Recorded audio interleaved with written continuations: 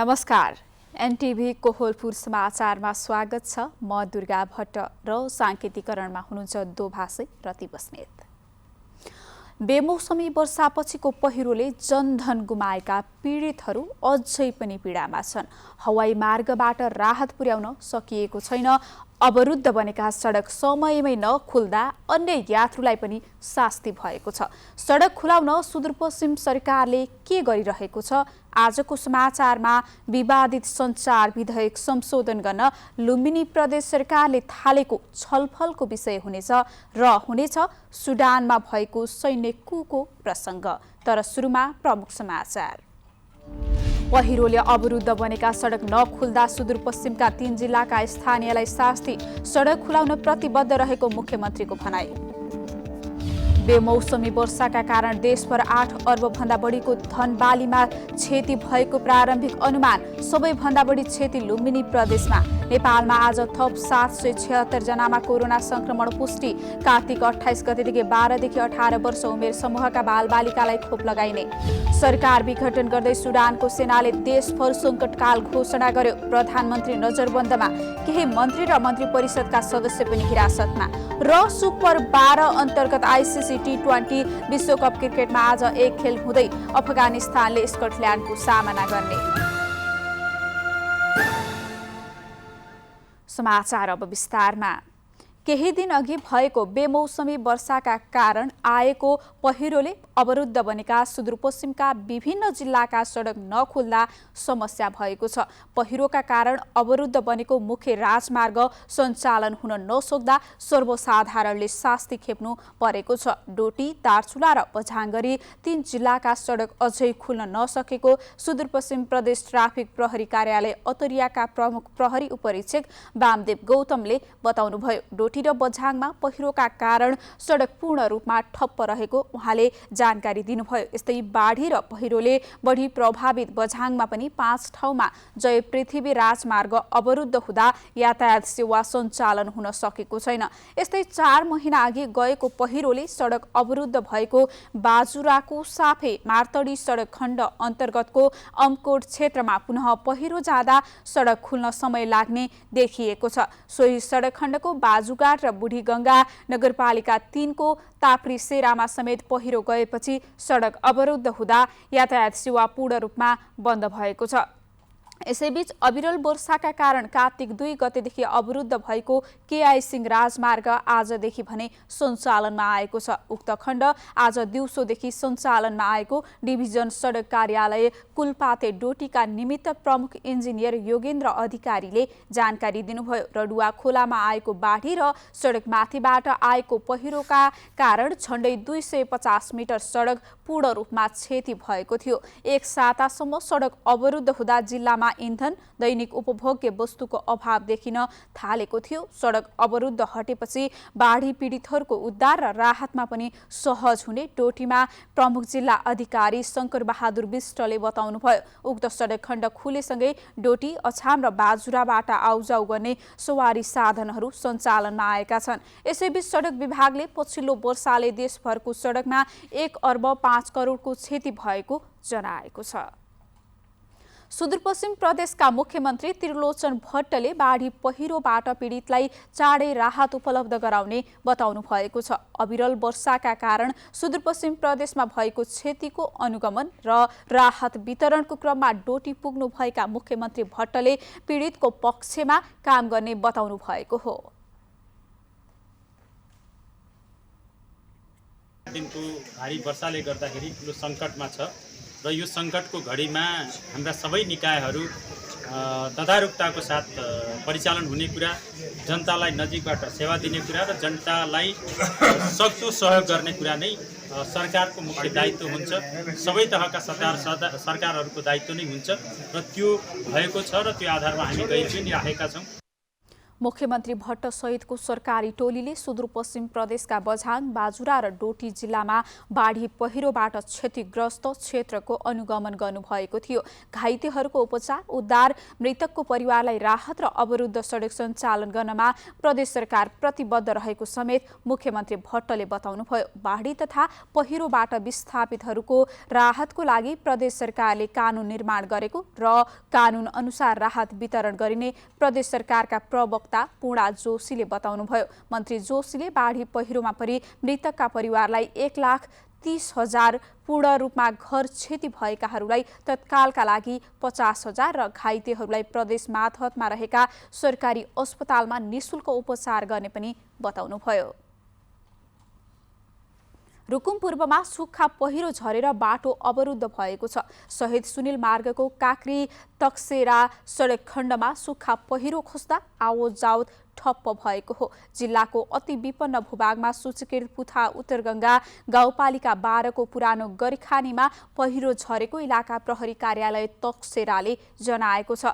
करिब 50 मिटर माथिबाट झरेको पहिरोले सवारी साधन रोकिएको स्थानीय बालाराम घरती मगरले बताउनुभयो। पुथा उत्तरगंगा गाउँपालिका प्रवेश गर्ने एउटा मात्र रुट पनि अवरुद्ध हुँदा स्थानीयले शास्ति खेप्नु परेको छ।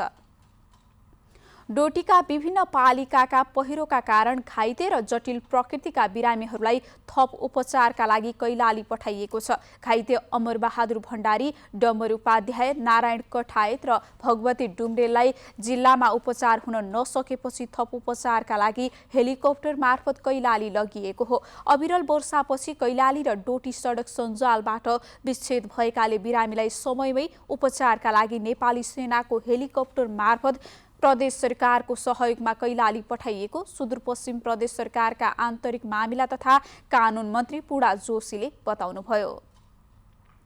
बेमौसमी वर्षापछि सुदूरपश्चिमका विभिन्न पहाडी जिल्लामा गएको पहिरो जनधनको नोक्सानी भएको छ। सरकारका विभिन्न तहका व्यक्तिहरूले अनुगमन पनि गरेका छन्, तर पनि पीडितहरूले समयमै राहत नपाएको गुनासो गरिरहेका छन्। पीडितहरूको सहयोगका लागि स्थानीय सरकारले कसरी काम गर्नुपर्ला भनेर आज हामीले डोटीका केही नागरिकहरूलाई सोधेका छौं। हेरौं आजको आवाजमा।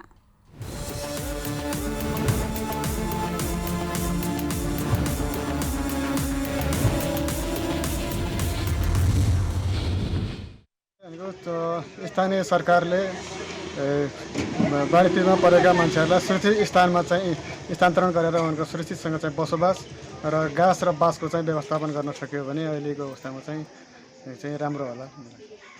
हाम्रो स्थानीय सरकारले चाहिँ जो अहिले बाढी पहिरो यो सुदूरपश्चिम आएको ठुलो प्रकोप 3-4 दिनको चाहिँ अविरल वर्षाका कारणले जो चाहिँ हाम्रो बाढी पीडितहरू छन् उनलाई चाहिँ स्थानीय स्तरमै नजिकको स्कुलमा हुन्छ या कुनै नजिकको ठाउँहरूमा राहत वितरण गरी खान अनि बस्न र लाउनको लागि चाहिँ व्यवस्था गरिदिएको भन्ने चाहिँ मेरो उ छ हैन।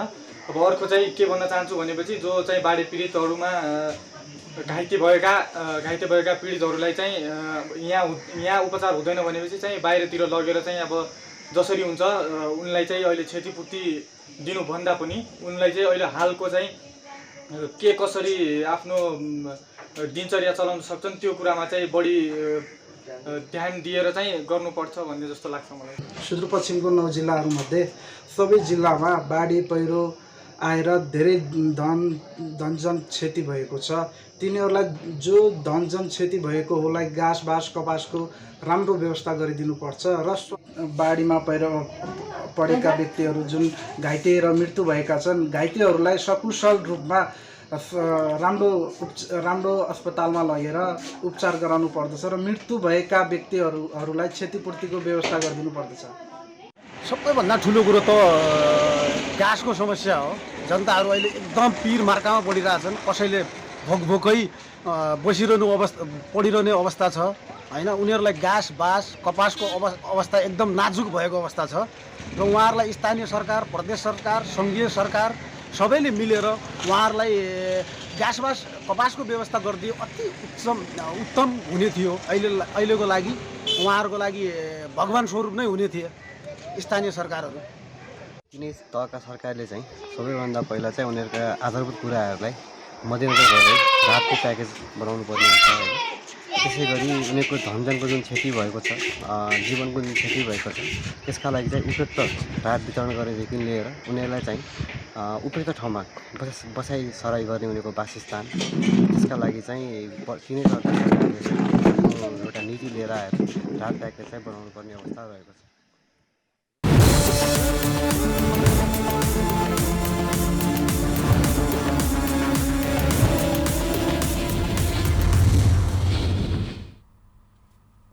करिब एक हप्ता अघिको बेमौसमी वर्षाले मुलुकभर 8 अर्ब 26 करोड 80 लाख रुपियाँको धान क्षति भएको प्रारम्भिक अध्ययनले देखाएको छ। प्रदेश स्तरबाट प्राप्त धान बालीको क्षति विवरण अनुसार 7 प्रदेशमा 2,85,509 हेक्टरमा गरिएको धान बालीमा क्षति पुगेको छ। मन्त्रालयको विवरण अनुसार प्रारम्भिक अध्ययनले सबैभन्दा बढी क्षति लुम्बिनी प्रदेशमा पुगेको देखिएको छ। लुम्बिनीमा 42,427 हेक्टरमा लगाइएको 4 अर्ब 51 करोड रुपियाँको धान क्षति भएको विवरणमा उल्लेख छ। लुम्बिनी प्रदेशका विभिन्न जिल्ला मध्ये सबैभन्दा बढी बर्दियामा 11,540 हेक्टर क्षेत्रफलमा क्षति भएको छ। कपिलवस्तुमा 10,696, बाँकेमा 6,875 र रूपन्देहीमा 6,410 हेक्टरमा क्षति पुगेको छ। बढी क्षति हुनेमा दोस्रो रहेको सुदूरपश्चिम प्रदेशमा 1 अर्ब 91 करोड रुपियाँको धान क्षति भएको विवरणमा उल्लेख छ। सुदूरपश्चिममा पनि कैलाली र कञ्चनपुरमा बढी क्षति पुगेको छ। समाचारको क्रम जारी नै छ। अहिलेलाई एकैछिनको विश्राम।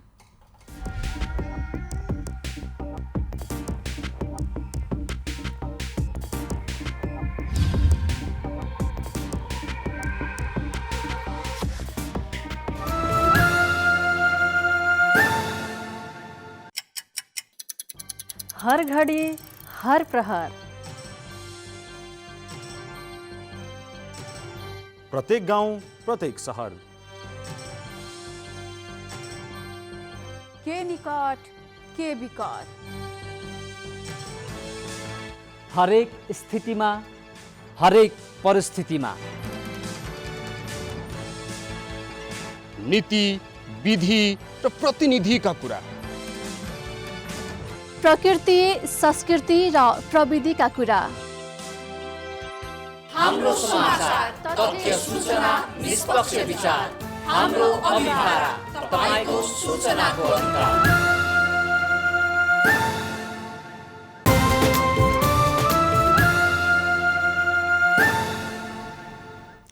विश्रामपछि समाचारमा पुनः स्वागत छ। अब बाँकी समाचार। आज सोमबारका लागि बोलाइएको लुम्बिनी प्रदेश सभा बैठक स्थगित भएको छ। प्रमुख प्रतिपक्षी दल एमाले आफ्नो वडा र पालिकाको अधिवेशनका कारण बैठकमा सहभागी हुन नसक्ने जनाएपछि आजका लागि बोलाइएको बैठक आउँदो 11 गते बिहीबारसम्मका लागि स्थगित गरिएको प्रदेश सभा सचिवालयले जनाएको छ। यसअघि पनि एमाले विधान अधिवेशनका कारण असोजमा बैठक स्थगित गरिएको थियो। लुम्बिनी प्रदेश सभामा दर्ता भएको सञ्चार विधेयकको व्यापक आलोचना र विरोध भएपछि त्यसलाई परिमार्जन गर्ने वा पुनर्लेखन गर्ने भनेर प्रदेश सरकारले छलफल गरेको छ। आन्तरिक मामिला तथा कानुन मन्त्रालयले विधेयकमा सहमति जुटाउन सरोकारवाला पक्षसँग छलफल गरेको हो। प्रदेश सभामा पेश गरेको सञ्चार विधेयकको सर्वत्र विरोध भएपछि अब कसरी अगाडि बढाउने भनेर सरकारले सरकारवालाहरूको सुझाव लिएको छ। पत्रकार महासंघ र पत्रकारका संघ संगठनका प्रतिनिधि राखेर गरिएको अन्तर्क्रियामा लुम्बिनी प्रदेश सरकारका प्रवक्ता तथा आन्तरिक मामिला तथा सञ्चार मन्त्री तिलकराम शर्माले सरकारले विधेयक सच्याएर अघि बढ्ने बताउनुभयो। विवादित विषयलाई कसरी हल गर्न सकिन्छ र त्यसमा सबै को सकारात्मक सुझाव आवश्यक भएको बताउँदै उहाँले साझा धारणा बनाउनका लागि अन्तर्क्रियाको आयोजना गरिएको बताउनुभयो। कसैलाई उपयुक्त हुन्छ हैन, त्यो किसिमबाट हामी सोच्छौं र समाधान निकाल्छौं। त्यो हुँदा त्यो खालको सुझाव सञ्चारकर्मी साथीहरूले दिन पर्यो। मन्त्री शर्माले समाधानको उपायका बारेमा बुदागत रूपमा लिखित सुझाव दिन आग्रह गर्दै त्यसलाई सच्याएर जान प्रदेश सरकार तयार रहेको पनि बताउनुभयो। कार्यक्रममा बोल्दै लुम्बिनी प्रदेशका मुख्य न्यायाधिवक्ता श्री कृष्ण सुवेदीले सरकारले सञ्चारकर्मीका समस्या समाधान गर्न सञ्चार विधेयकलाई परिमार्जन वा संशोधन गर्न तयार रहेको बताउनुभयो। उहाँले भनिहाल्नुभयो हामीले केही कुराहरू सैद्धान्तिक हुन्छन् जो चाहिँ नछोडी नआउनुहुन्छन् छ भने हामी संशोधन गर्ने यो सरकार ओपन छ। हेर्नुहोस् मुख्यमन्त्रीको रायले हामीलाई पत्रकारहरूलाई चित्त बुझ्ने गरी व्यवस्था गर्न कुनै जरुरी छैन। कार्यक्रममा आन्तरिक मामिला तथा सञ्चार मन्त्रालयका सचिव आवास श्रेष्ठ कर्णले प्रेस स्वतन्त्रता र मिडियाको प्रवर्धनका लागि सबै प्रतिबद्ध रहेकाले पनि सञ्चारकर्मीको सुझावलाई समेटेर विधेयक अघि बढाइने बताउनुभयो। प्रेस स्वतन्त्रताको लागि अब मिडियालाई प्रवर्धन गर्नको लागि हामी ब्युरोक्रेसी राजनीतिक नेतृत्व पनि एकदम प्रतिबद्ध छौँ। कार्यक्रममा पत्रकार महासंघ लुम्बिनी प्रदेशका अध्यक्ष वसन्त गिरीले सञ्चार विधेयक सञ्चारकर्मीको हितमा नभएको भन्दै सकेसम्म यसलाई पुनर्लेखन गर्न र नभए संशोधन गरेर जानुको विकल्प नभएको बताउनुभयो। अलिकति सहमत भएर त्यसलाई अलिक फास्ट ट्र्याकमा लानु पर्यो होइन, यसले चाहिँ ढिलो हुन्छ। अब आधा काम भइसकेको छ, संशोधन गर्न छ भने भुइँबाट गर्नुहोस्, भुइँ मिलाउनुहोस् भन्नुहुन्छ। हामीले मन्त्रीजी पोजिटिभ भएर तिनी विषयहरू त्यहाँबाट संशोधन भयो भने पनि ठिकै छ। कार्यक्रममा मुख्यमन्त्रीका प्रेस संयोजक मानसिंह विकले समयका हिसाबले पनि सञ्चार विधेयक संशोधन गरेर लैजाँदै उपयुक्त हुने बताउनुभयो। साथीहरूसँग बस्दा नि उहाँहरूले पनि फास्ट ट्र्याकबाट जाँदा राम्रो हुन्छ। त्यसलाई संशोधन गरेर र हामीले जे खोजेका छौँ त्यसलाई लग्न सकिने फास्ट ट्र्याकमा जाउँ भन्ने कुरा। यस अवसरमा पत्रकार संघ संस्थाका प्रतिनिधिले सबै पत्रकारको भावना समेटिने र प्रेस जगतको हित हुने गरी विधेयक संशोधन गर्नुपर्नेमा जोड दिनुभएको थियो। जगत नियन्त्रण गर्न नगरोस् भन्ने हाम्रो मुख्य चाहना हो। परिमार्जन गरेर जाँदाखेरि अझै राम्रो हुन्छ भनेर नै पत्रकार महासंघ लगायतका अन्य सङ्गठनहरूले हामी फिर्ताको माग गरिरहेका छौँ। पत्रकारका हितमा कानुन बनाउँदा सिङ्गो मुलुकको हित हुने भएकाले पूर्ण प्रेस स्वतन्त्रता सहितको कानुन बनाउन जरुरी रहेको धेरैजसो वक्ताहरूको सुझाव थियो। लुम्बिनी प्रदेश सरकारले सञ्चार विधेयक संशोधन वा पुनर्लेखन गर्न दुवै विकल्पमा खुला रहेकाले पत्रकार र सरकारवालाले स्पष्ट रूपमा ठोस लिखित सुझाव छिटो दिन जरुरी छ। केशव भण्डारी, नेपाल टेलिभिजन, लुम्बिनी प्रदेश, बुटवल, रूपन्देही। कर शिक्षाबारे जानकारी नहुँदा व्यवसाय गर्नेहरूले झेल्नुपर्ने बाध्यतालाई अन्त्य गर्न गुल्मीको सदरमुकाम तमघासका व्यवसायहरूलाई करदाता शिक्षा प्रदान गरिएको छ। कर शिक्षाको करको दायरा, नीति, छुटको व्यवस्था, व्यवसाय कर लगायतका बारेमा कार्यक्रममा जानकारी गराइएको हो। गुल्मी जिल्ला सदरमुकाम तमघासमा आन्तरिक राजस्व कार्यालय बुटोलको आयोजना र गुल्मी उद्योग वाणिज्य सङ्घको समन्वयमा तमघासका व्यवसायीलाई कर शिक्षा प्रदान गरिएको हो। आन्तरिक राजस्व कार्यालय बुटोलका कर अधिकृत सागर पोखरेलले व्यवसायीहरूले हिसाब किताब कसरी राख्ने, दर्ता बिना व्यवसाय सञ्चालन गर्दा हुने कारवाही, मिसम्याचको समस्या, कर कसरी तिर्ने, भ्याटको काम गर्दा ध्यान दिनुपर्ने विषय र व्यवसायलाई पर्ने कर सम्बन्धी समस्याको बारेमा जानकारी गराउनु भएको थियो। व्यवसायीहरू कर सम्बन्धी विभिन्न जिज्ञासा राखेका थिए। फाइन तिरे चढ्ने, नतिरे रसिद लगाएर यो नीतन लेखेर लगाए सिस्टममा नचढ्ने के किन भएको यस्तो यस्तो बुझाउ के भनेर बेचेको। अब हामीले आधारले कसरी राख्ने हिसाब किताब भन्नतिर मैले त्यति बुझाइदिन हुन मैले अनुरोध गर्छु। व्यवसायीहरूले राखेको जिज्ञासामा आन्तरिक राजस्व कार्यालय बुटोलका प्रमुख कर अधिकृत ध्रुव पाण्डेले व्यवसायीहरूले आफूले गरेको व्यवसायको हिसाब किताब चुस्त दुरुस्त राख्न आग्रह गर्नुभयो। व्यवसायीहरूलाई जरिमाना तिराउनु भन्दा पनि कर सम्बन्धी सचेतना दिनु प्राथमिकता रहेकाले आफ्नो व्यवसायको कर अधिकृत स्वयं आफै रहेको पाण्डेको भनाइ छ।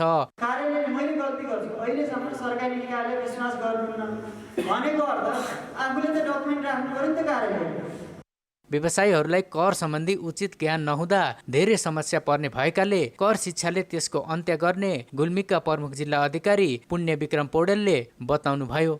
अर्थतन्त्रको मेजर हिस्सा चाहिँ ओगट्ने क्षेत्र जुन छ उद्योग, व्यापार र सेवा क्षेत्र, यसको पनि उत्तिकै विकास हुनुपर्छ।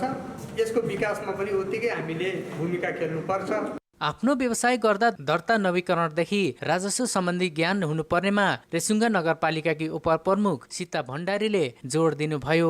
व्यवसायलाई घरेलु तथा साना उद्योग कार्यालय गुल्मीका प्रमुख लक्ष्मण घिमिरेले व्यवसाय दर्ता नवीकरण र अनुगमनको बारेमा जानकारी गराउनु भएको थियो। जिल्लाका व्यवसायीहरूलाई कर तिर्न पाल्पा बुटोल जानुपर्ने बाध्यता थियो, तर अहिले भने तमघासमै करदाता सेवा कार्यालय स्थापना गरिएको छ। अनिल खत्री, नेपाल टेलिभिजन, लुम्बिनी प्रदेश, गुल्मी।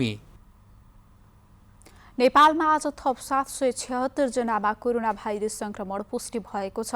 8284 जनाको PCR परीक्षण गर्दा 673 जना र 2580 जनाको एन्टिजेन परीक्षण गर्दा 103 गरी 776 जनामा संक्रमण देखिएको हो। कोरोना संक्रमितको कुल संख्या 8,09,729 पुगेको छ। स्वास्थ्य तथा जनसंख्या मन्त्रालयका अनुसार कोरोना संक्रमणबाट 13 जनाको मृत्यु भएको छ। यसअघि नेपालमा मृत्यु हुनेको संख्या 11,361 पुगेको छ। यस्तै 501 जना निको भएका छन्। हालसम्म 7,88,008 जना संक्रमण मुक्त भएका छन्। मन्त्रालयका अनुसार हाल देशभर सक्रिय संक्रमितको संख्या 10,360 जना रहेका छन्। सरकारले कोभ्याक्स सुविधा मार्फत प्राप्त गरेको कोरोना विरुद्धको फाइजर खोप कार्तिक 28 गतेदेखि लगाउन सुरु गर्ने भएको छ। अमेरिकाबाट सोमबार नेपालले प्राप्त गरेको 1,06,000 मात्रा फाइजर खोप 12 देखि 18 वर्ष उमेर समूहका दीर्घरोगी बालबालिकालाई लगाइने स्वास्थ्य तथा जनसंख्या मन्त्रालयले जनाएको छ। यस्तै अन्य दीर्घरोगीले समेत फाइजर खोप पाउने भएका छन्। परिवार कल्याण महाशाखाका बाल स्वास्थ्य तथा खोप शाखा प्रमुख सागर दाहालका अनुसार देशभरका 24 अस्पतालबाट फाइजर खोप दिइनेछ। समाचारको क्रम जारी नै छ, एकैछिनको विश्राम।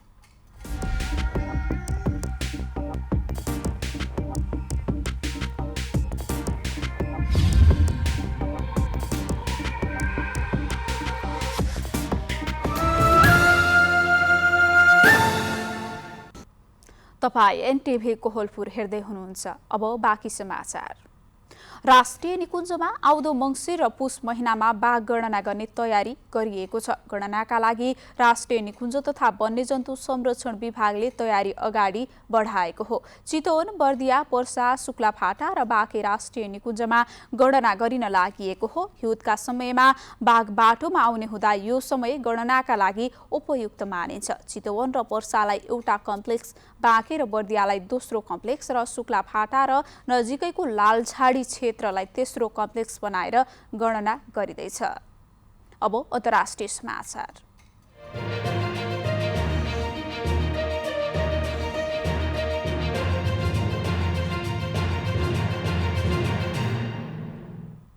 सुडानमा सैनिक कू भएको छ। सत्ता पलटपछि सुडानी सेनाले सरकार विघटन गरेको छ। सेनाले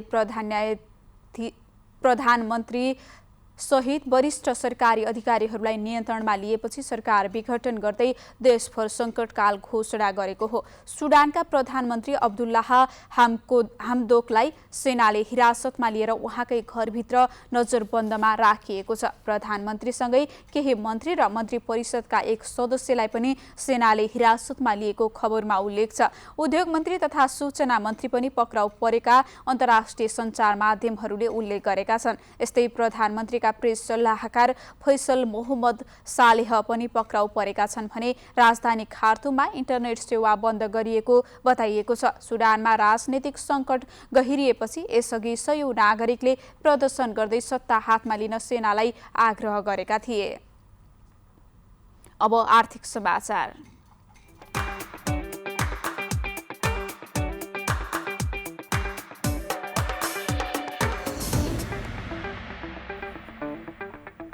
हिजो 27 अङ्कभन्दा धेरैले बढेको शेयर बजार परिसूचक नेप्से आज 87 अङ्कभन्दा धेरैले बढेर 2672.25 बिन्दुमा पुगेको छ। आज सबै समूहको शेयर बढेको छ भने कारोबार रकम पनि बढेको छ। आज 229 कम्पनीको 83,95,000 किता शेयर 30 करोड रुपियाँ बराबरको कारोबार भएको छ। यो कारोबार रकम दशैं बिदा पछिकै सबैभन्दा धेरै हो। आज 17वटा कम्पनीको शेयर 10% बढेको छ। आज साङ्ग्रिला विकास बैंक डिबेन्चरको शेयर भने 4% घटेको छ।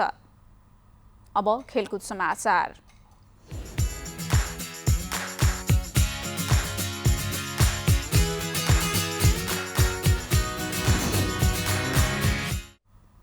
आइसिसी T20 विश्वकप क्रिकेटमा आज एक खेल हुँदैछ। विश्वकपको सुपर 12 अन्तर्गत आज अफगानिस्तानले स्कटल्यान्डको सामना गर्नेछ। शारजाहमा हुने अफगानिस्तान र स्कटल्यान्ड बीचको खेल अहिले 7:45 बजे सुरु हुनेछ। सुपर 12 को समूह 2 मा रहेको अफगानिस्तान स्कटल्यान्डलाई हराउँदै सुखद सुरुवात गर्न चाहन्छ। स्कटल्यान्ड पनि अफगानिस्तानलाई हराएर सुपर 12 मा विजयी सुरुवात गर्ने योजनामा हुनेछ। स्कटल्यान्डले पहिलो पटक विश्वकपको सुपर 12 खेल्न लागेको हो। अब मौसम।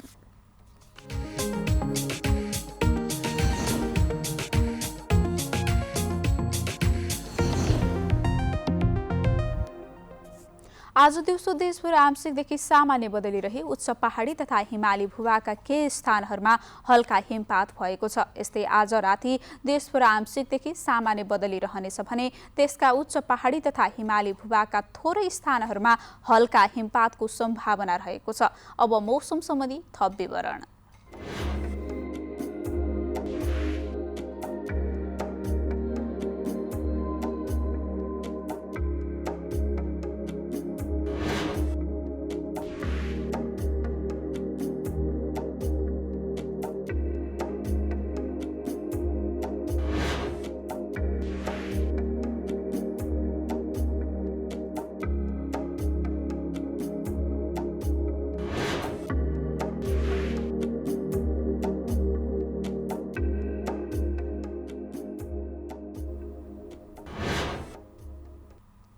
समाचारको अन्त्यमा प्रमुख समाचार पुनः एकपटक। पहिरोले अवरुद्ध बनेका सडक नखुल्दा सुदूरपश्चिमका 3 जिल्लाका स्थानीयलाई शास्ति, सडक खुलाउन प्रतिबद्ध रहेको मुख्यमन्त्रीको भनाई।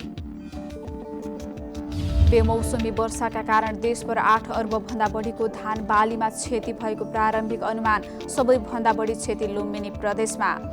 नेपालमा आज थप 776 जनामा कोरोना संक्रमण पुष्टि। कार्तिक 28 गतेदेखि 12 देखि 18 वर्ष उमेर समूहका बालबालिकालाई खोप लगाइने। सरकार विघटन गर्दै सुडानको सेनाले देशभर सङ्कटकाल घोषणा गर्यो। प्रधानमन्त्री नजरबन्दमा, केही मन्त्री र मन्त्री परिषदका सदस्य पनि हिरासतमा। र सुपर 12 अन्तर्गत आइसिसी T20 विश्वकप क्रिकेटमा आज एक खेल हुँदै अफगानिस्तानले स्कटल्यान्डको सामना गर्ने। हवस् त अहिले समाचारको सिलसिला यति नै। बिदा दिनुहोस्। नमस्कार।